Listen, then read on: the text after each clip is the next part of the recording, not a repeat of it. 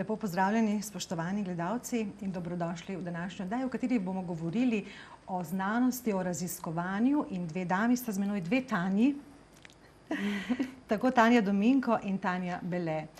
Govorili pa bomo o nečem, o neki novosti, ki se dogaja sredi Vipavske doline in tudi tisti, ki zaidejo v Vipavo, pravzaprav niti ne slutijo, kaj se za zidovi Lantjerjevega dvorca pravzaprav dogaja. Mi smo pokukali tja in zato sem vaju povabila v naš studio.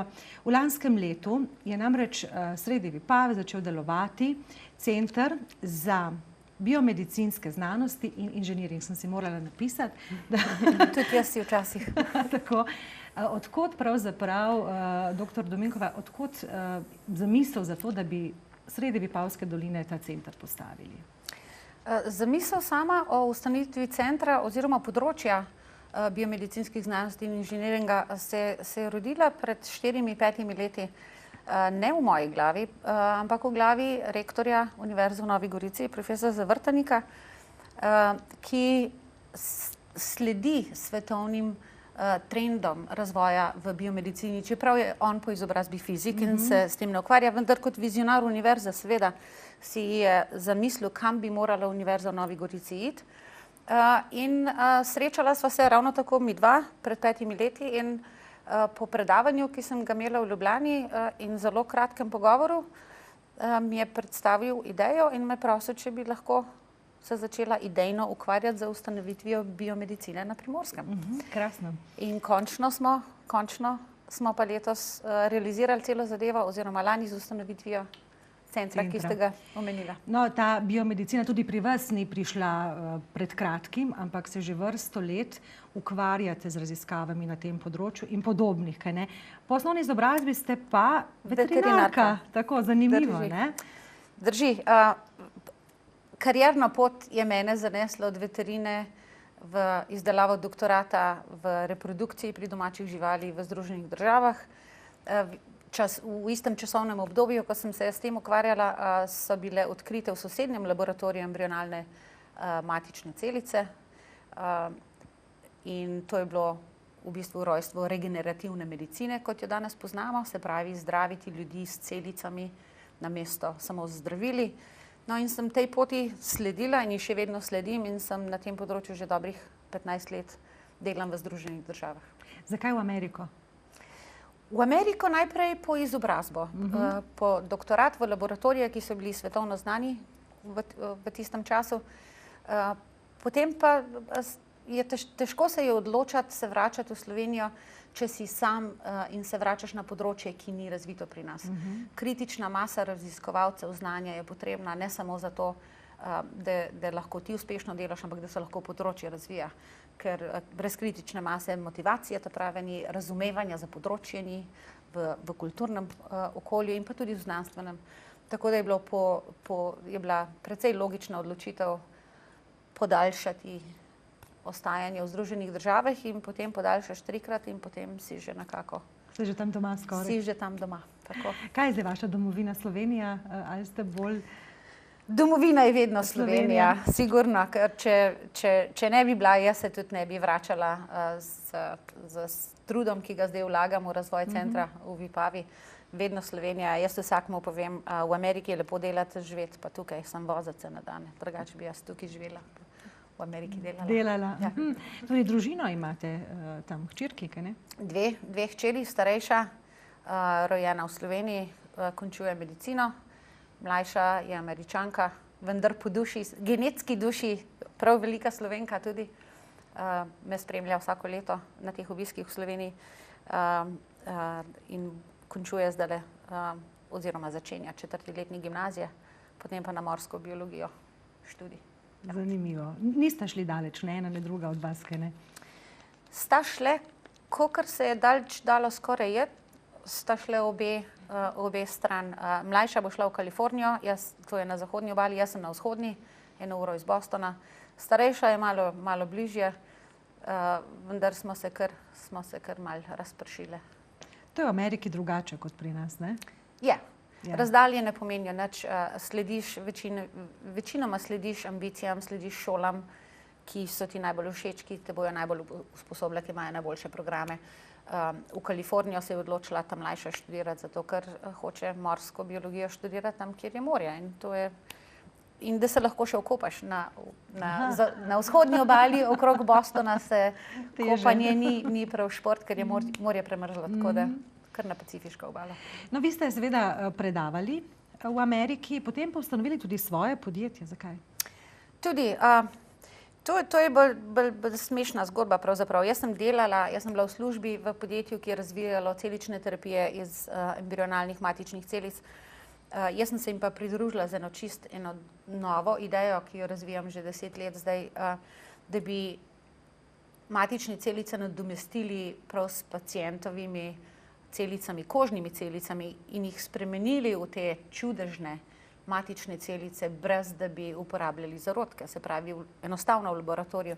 In ideja je bila toliko nova, da podjetje ni bilo, v katerem sem delala, ni bilo zainteresirano in sem se eno jutro odločila ob kavi, da mogoče bo pa treba kar na svoje jeti, pa te ambicije, ki sem jih imela za razvojem tega področja, postaviti pa na svoje podjetje in sem ga pred 11 leti. Ja.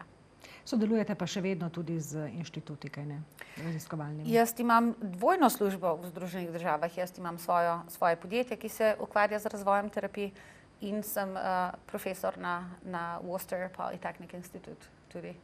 Tako da imam oboje akademski naziv in akademske laboratorije, v katerih delajo moji doktoranti in podiplomci in na drugi strani pa še podjetja.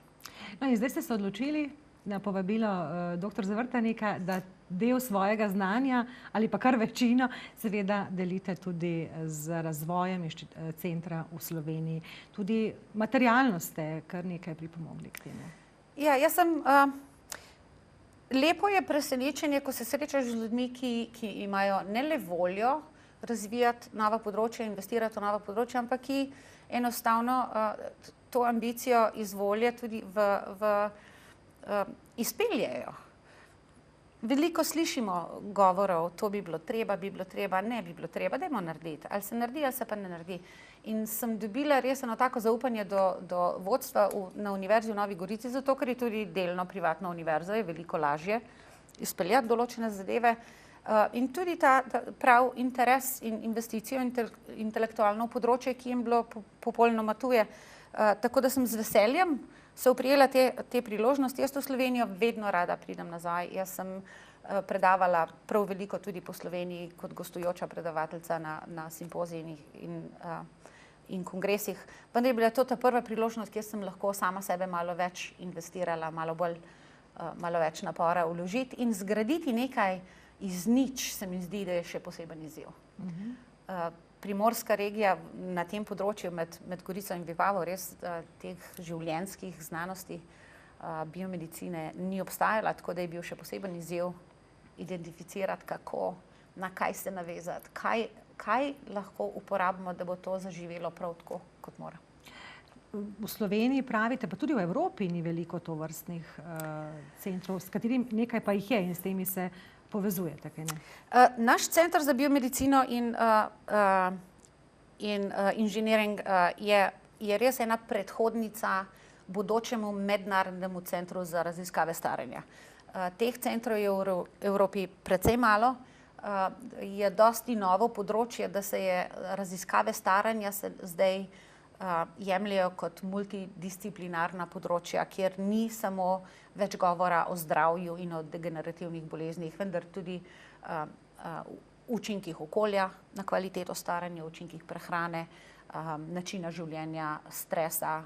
Tako da jaz upam, da bomo lahko, jaz sem prepričana, da v kakšnem letu ali dveh bo naš center res prerastel v Mednarodni inštitut za raziskave staranja, kjer bomo ponudili prostor vsem tistim za delo, ne glede na to, odkot prihajajo, da se nam pridružijo v tem skupnem cilju, izboljšati kvaliteto staranja. No, ena od vaših raziskovalk že danes v centru pa je Tanja, kaj ne? Tanja je rekla, da je iskala nove priložnosti za seveda izobraževanje v Ameriki. Jih imate vi danes tu pri nas, te priložnosti? Ja, definitivno. Še posebej zdaj s Tanjo in z novim laboratorijem in s temi kapacitetami, ki jih imamo v bistvu dejansko lahko delamo kvalitetne raziskave na področju molekularne biologije. Tako da, ja. Kaj je vas pritegnilo, da ste se odločili za to sodelovanje? Kaj je bilo odločujoče? Ja, pri meni je malo drugačna mogoče zgodba, no, ker sem tako malo Kar po ovinku povejte jo, ja. prišla na Univerzo v Novi Gorici. Tako, dejansko sem hotela študirati nevrobiologijo v Trst in sem tam tako našla kar nekaj možnosti. Med drugim sem pa naletela tudi na Ilso Fabreti, mojo mentorico. In ona me je nekako prepričala, ne, da pa v bistvu sem lahko pa z njo v Vipavi. Oziroma na začetku smo bili še v Ajdovščini, v enem majhnem laboratoriju, pa pol, zdaj smo se preselili nedolgo nazaj. Ne. Tako da, ja, nekakšna krožna, ali kaj ovinka. Ampak cilj je pomemben in kakšno je sodelovanje s Tanjo? Super. Kar povejte se. Ne, super je, super. Deli svoje znanja in vi jih seveda črpate. Ja. Tako. Vi se ukvarjate prav z eno specifično zadevo, imate en cilj, ne, in to je bolečina, ne, to je zanimivo področje. Ja, kronična bolečina. Koliko časa imam, da vam razložim? Ja, kar razložite. Kronična bolečina. Bolečino vsi poznamo, jo prepoznavamo. Na kakšen način se vi z njo ukvarjate? Zdaj, v bistvu mi raziskujemo, nekako začeli se je z raziskavami migrenske bolečine. Dejansko nas zanima, kakšne spremembe v živčnem tkivu se dogajajo pri bolnikih zdaj, ali z migrensko bolečino ali pa če razširimo ta pojem nekako na splošno ob kronični bolečini. Ker dejstvo je, mislim, pri večini teh patologij ne znamo točno pojasniti, kaj je vzrok, ki pripelje v stanje nekega popolnoma spremenjenega odziva. Tako da opazujemo dejansko spremembe in skušamo ugotoviti za nazaj, kaj pripelje tkivo do nekih sprememb zdaj. In kakšen je cilj tega raziskovanja? Kaj želite doseči? Ja, definitivno je glavni cilj končni ali pa tak razviti neko učinkovito terapijo za zdravljenje kronične bolečine. Ker zaenkrat še ne obstajajo res učinkovita zdravila. Kako dolgo se že s tem ukvarjate, da si bomo znali predstavljati, kaj je pravzaprav čas v raziskovanju, v znanosti pomeni? Zdaj mislite mene osebno? Ja. No, jaz se zdaj približno 2 leti, toliko časa, kakor sem na doktorskem študiju. Drugače v tem laboratoriju iz Trsta, s katerimi sodelujemo, se pa ukvarjajo s tem že zelo dolgo. Ja, leta? Kaj pravzaprav pomeni čas? To je zelo relativna. To je najtežje vprašanje, ker se ga Mi bi vsi namreč radi zelo hitre rešitve, ne? Pa si težko predstavljamo. Ti po svoje povej, jaz bom pa še po svoje. Kaj pravzaprav ta čas pomeni? Zdaj, čisto tako, za mogoče predstavo, ne vem, od trenutka, ko se v laboratorijih, raziskovalnih laboratorijih odkrije neko tarčo ali pa nekaj, kar bo lahko za zdravljenje v končni fazi v obliki tabletke na koncu, je v povprečju, mislim, da 17 let, ne, je ta postopek, da res pride pol zdravilo na trg. Tako da to so leta in leta. In pol še prej, ne, leta raziskav. Če jaz še čist malo dodam, največ časa se porabi za 2 podvsebini vsake raziskave. Raziskave so lahko relativno hitro končane v letu, 2, 3 molekularne, vendar je treba vse, preden se sploh zaprosi za regulativna dovoljenja. V Ameriki, na primer, FDA, Food and Drug Administration, mora odobriti čisto vsako spojino za uporabo. Preden lahko sploh zaprosiš za taka dovoljenja, je treba to vse na živalih stestirati. In to so taki stroški testiranja, še preden pride sploh do kliničnih preiskav pri ljudeh, ki velikokrat onemogočajo napredek. Ne zato, ker nismo identificirali raziskovalno ali znanostjo nismo dosegli tistega, ampak zato, ker si enostavno ne moreš privoščiti, kdo bo plačal. Milijone in milijone. V Združenih državah se pogovarjamo o 50, 100, 150 milijonov dolarjev, da se pravilno izvedejo poskusi na takšen način, da ga bo potem regulativa upoštevala in ti dovolila napredek. Tako da se večino tega časa žal uporabi za zadostovanju regulative in seveda ugotavljanju, da ne bo nesramnih stranskih učinkov in da ne bo več škode kot koristi, vendar se mi zdi, da bi se dalo to precej skrajšati, če bi bili postopki bolj prijazni. Malo bolj racionalni. No, vendarle, dobili smo občutek, kako dolgo to traja in koliko denarja je potrebno. Odkot se financira vaš center? Naš center ekskluzivno se financira iz kompetitivnega raziskovalnega denarja, ki je na voljo v Evropski uniji. To so raziskovalni predlogi, ki jih pišemo za naloge, pošiljamo v Bruselj in potem držimo fige, da jih bo nekaj zadosti dobrih in da smo zadosti konkurenčni v evropskem prostoru kot raziskovalna skupina, da bomo lahko naprej peljali te raziskave. Istočasno s tem denarjem in se ne moramo pretožiti zaenkrat, se mi zdi, da smo precej uspešni in upamo, da bo še tako naprej. Se istočasno povezujemo tudi z lokalnimi temi podjetji, ki bi imele interes razvijati naše dosežke, ali bi bil to učinkovina, ki bi se jo dala v zdravilo, ali bi bile to celice, ki bi se jih dalo presaditi. Se povezujemo res in probamo identificirati, kdo v tem prostoru, tudi čezmejnem v Italiji, bi nam bil lahko komercialni partner razvoja. Ker univerza sama ne more speljati teh postopkov in poskusov, ki so potem na komercialni ravni, ki jih je treba. Ravno tudi tako zaradi financiranja. In s povezavo z komercialnimi partnerji mi upamo, da bomo lahko vsaj nekaj teh odkritij res peljali proti trgu, proti temu, da bojo na voljo za paciente. Omenili ste že to sodelovanje s Tržaškim inštitutom. To sodelovanje obstaja tudi sicer z drugimi inštituti. Namreč pomembno je, da si delite tudi aparature na nek način, ker to je eden tistih najdražjih sestavnih delov nekega takega centra, kaj ne? Sigurno. Vendar mi smo, tako kot je Tanja povedala, se mi zdi, da naš laboratorij je zelo, zelo v redu opremljen trenutno.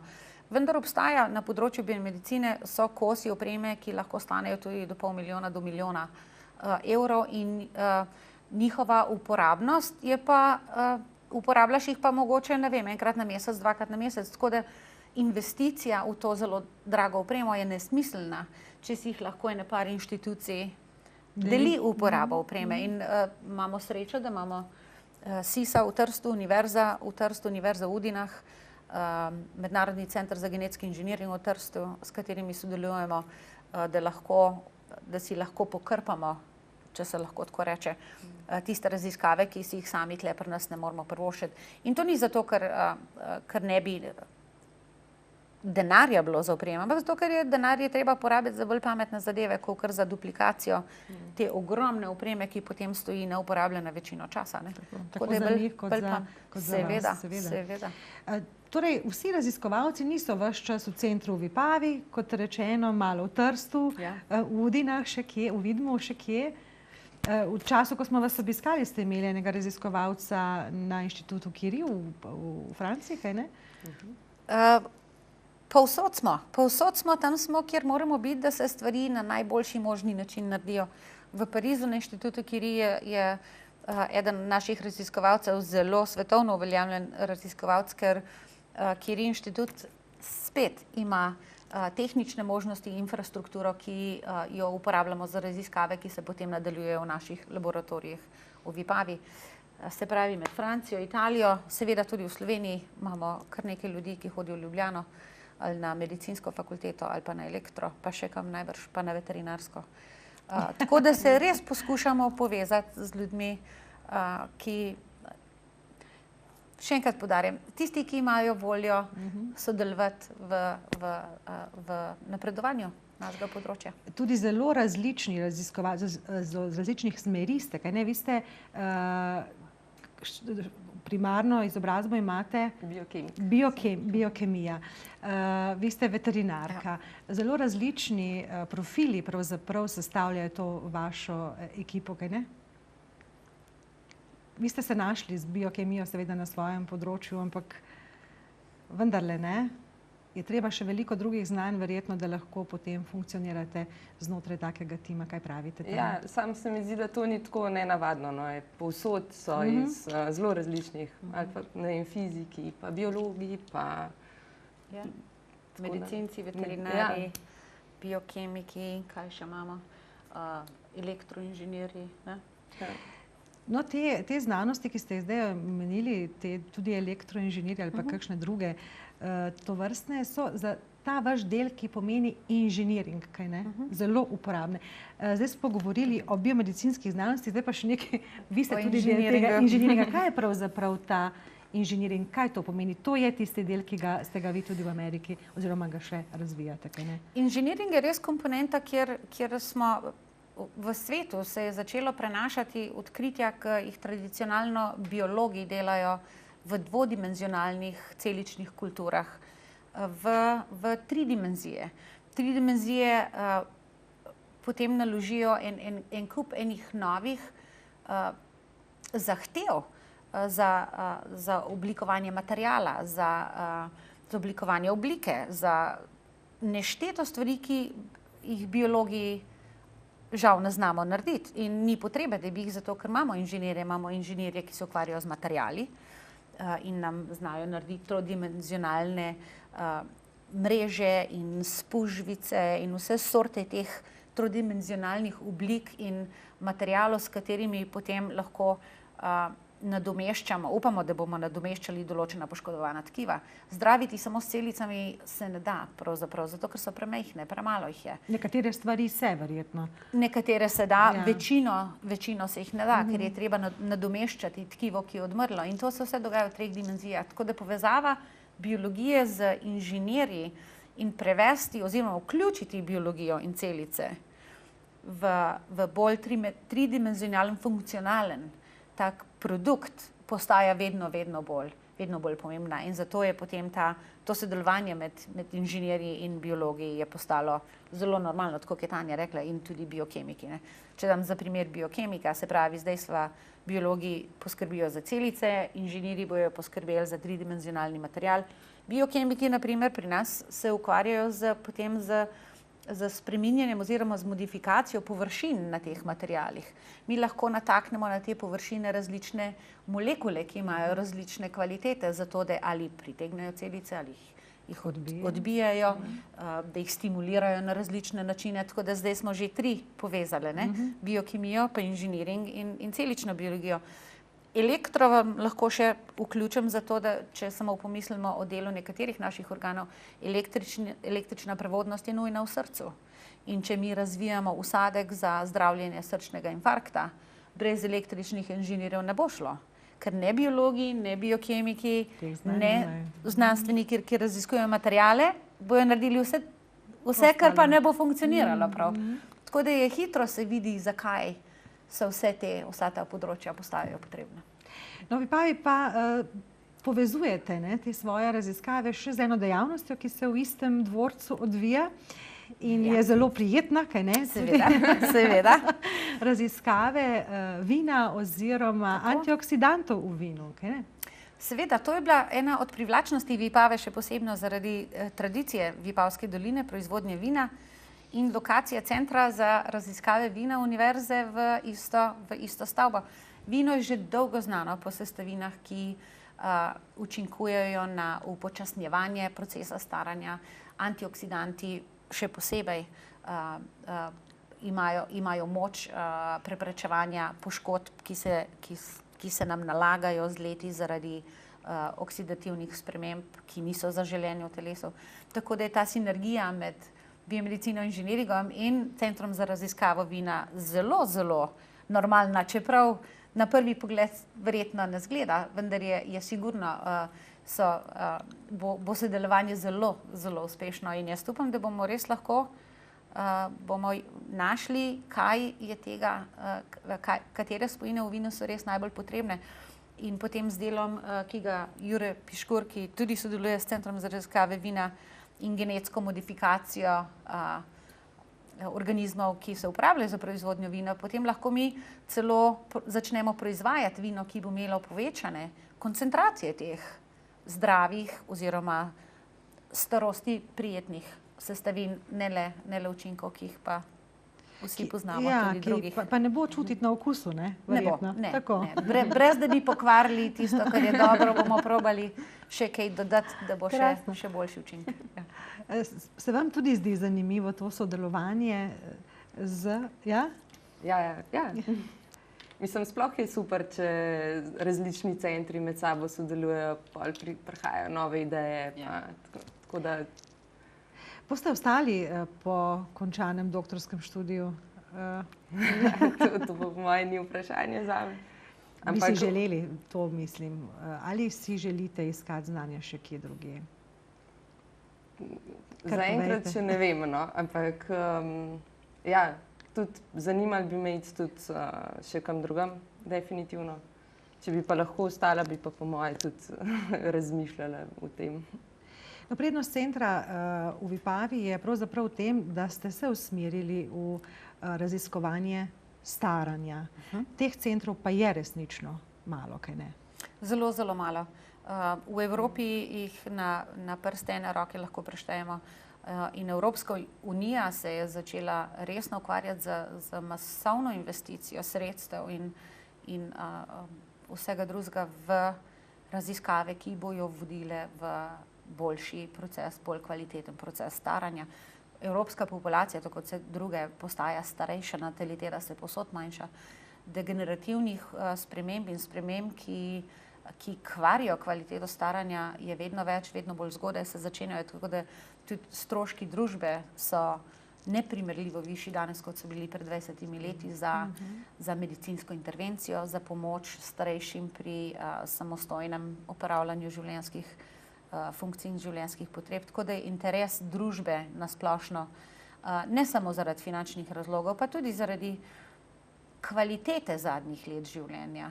Namen teh raziskav, parih centrov, ki jih obstaja, ni podaljševanje življenjske dobe, vendar je izboljšava kvalitete zadnjih 10-20 let.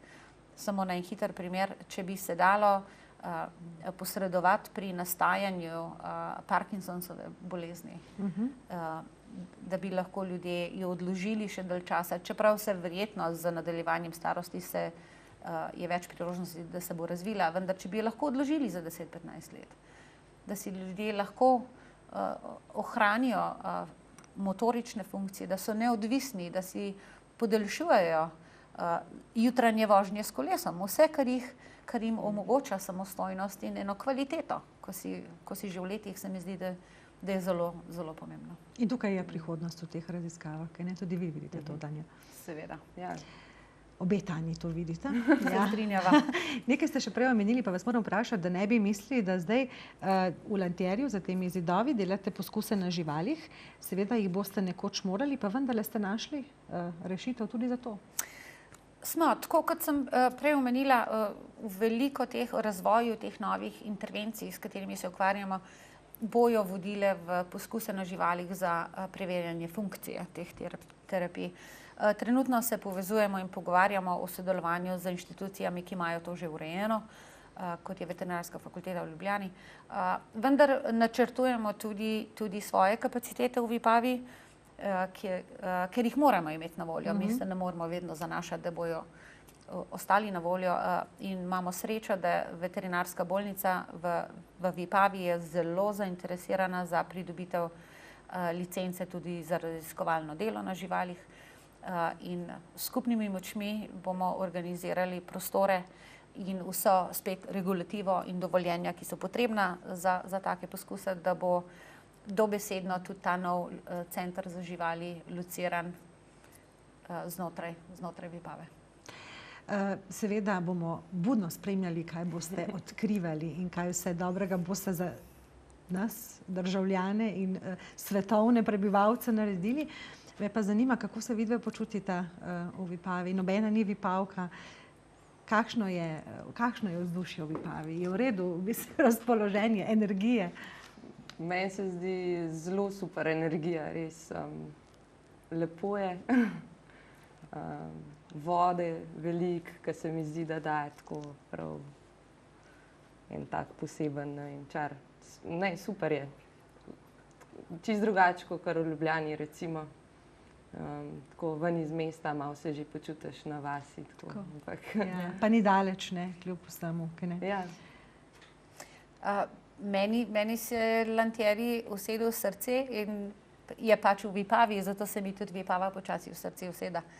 Se mi zdi, da lokacija je neprecenljive vrednosti, kjer smo začeli to razvijati.